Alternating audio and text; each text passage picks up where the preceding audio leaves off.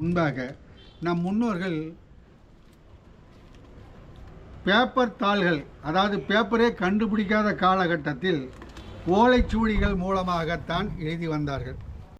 அரசாங்கத்தினுடைய மரத்தை பனைமரமாக நம் அரசாங்கம் வைத்திருக்கிறது. அந்த பனை மரத்தினுடைய பண ஓலைகள் மூலமாக அதை பதப்படுத்தி பண ஓலையில் எழுத்தாணி மூலமாக நம் முன்னோர்கள் மருத்துவம், அறிவியல், கல்வி, வானிலை, ஜோதிடம் போன்றவற்றை எல்லா துறைகளையும் பதிவு செய்து இருக்கிறார்கள். இப்போ அந்த பதிவு செஞ்ச ஓலை குறைஞ்சபட்சம் பார்த்தோன்னா ஒரு 300 ஆண்டு காலம் அதனுடைய ஆயுட்காலமாக நிர்ணயித்திருக்கிறார்கள். இப்போது நம்ம முன்னோர்கள் ஒரு நிகழ்ச்சி நடத்துகிறாங்க. பழையதல் கழிதல், புதியதல் புகுத்தல். இப்போ நம்ம தப்பாக புரிஞ்சுக்கிட்டோம். பழையதல் கழிதல்னால் பழசு நம்ம வீட்டில் இருக்கிறதுலாம் என்ன பண்ணுறது, போகி பண்டிகை அப்போ எரிச்சிடறோம், இல்லை தண்ணியில் போட்டுறோம். அது தவறு.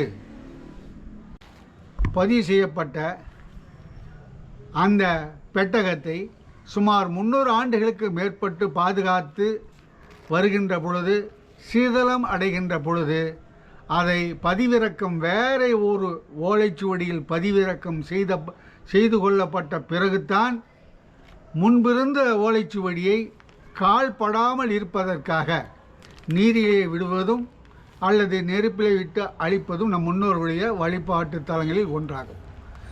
ஆனால் நம்மை ஆண்ட வெள்ளையர்கள் ஓலைச்சுவடியை கிராமமாக சென்று ஊவே சாமிநாதர் ஐயர் தன்னுடைய ஆயுட்காலம் முழுவதும் நடந்து சென்று பல ஓலைகளை, சுவடிகளை திரட்டி ஆய்வு செய்து நூலாக்கம் செய்து நம் கைகளில் ஒப்படைத்து சென்றுள்ளார்.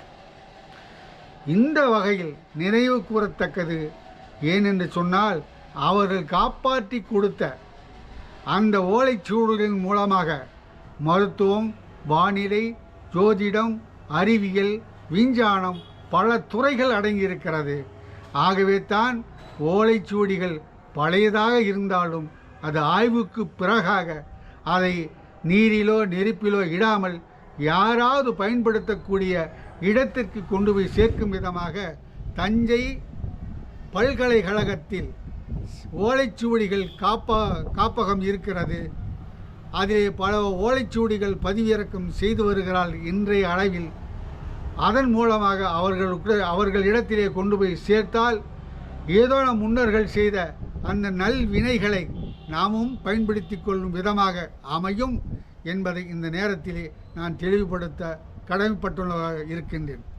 ஓலைச்சுவடியை பயன்படுத்துவதற்காகவே மத்திய அரசாங்கம், தமிழ்நாடு அரசாங்கம் பல பயிலரங்கங்களை நடத்தி வருகிறது.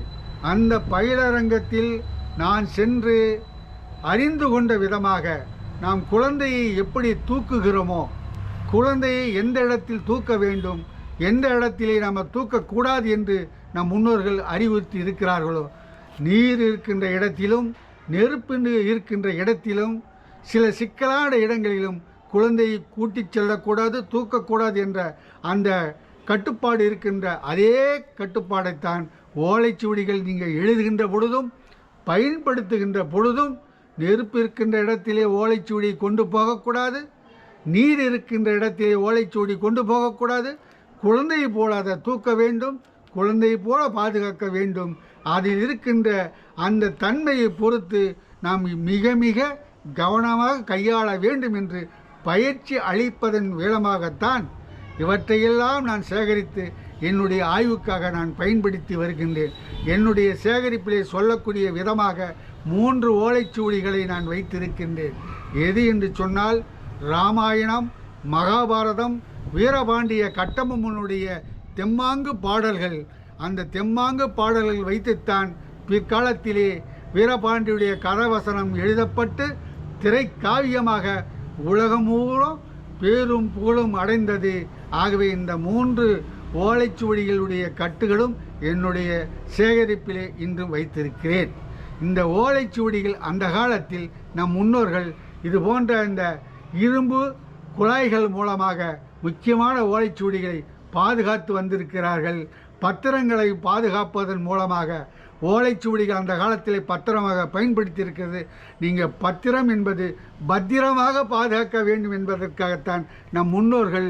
ஏனென்று சொன்னால் அவர்கள் பெரும்பகுதி தார்சு வீடுகளில் வாழ்ந்தவர்கள் அல்ல, ஏழை குடிசைகள் வீடுகளில் வாழ்ந்தவர்கள்.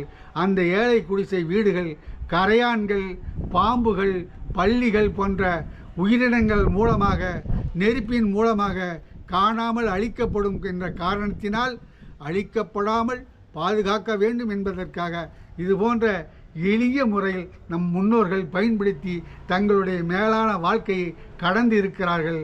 ஆகவே தான் வரலாற்றை முன்னெடுத்து செல்ல வேண்டும். வரலாறு என்பது ஒரு மிகப்பெரிய ஆழமான கடலை சார்ந்தது.